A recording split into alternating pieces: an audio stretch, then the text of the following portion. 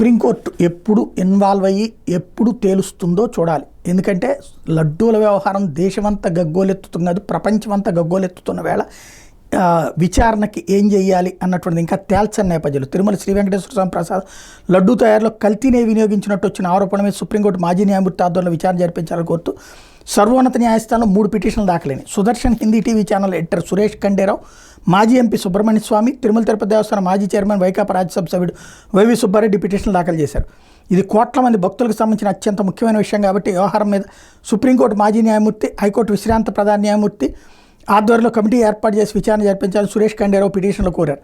దేశంలోని 8 విష్ణు స్వయంభూ క్షేత్రాల్లో ఒకటిగా భావించే తిరుమల వంటి పవిత్ర క్షేత్రంలో స్వామివారి ప్రసాదంలో కల్తీనే వాడారన్న వార్తలు కోట్ల మంది భక్తుల మనోభావాలను దెబ్బతీశారని మరోవైపు మాజీ ఎంపీ సుబ్రహ్మణ్య స్వామి పేర్కొన్నారు. కోర్టు పర్యవేక్షణ వ్యవహారం మీద విచారణ జరిపించాలని పిటిషన్ కోరారు.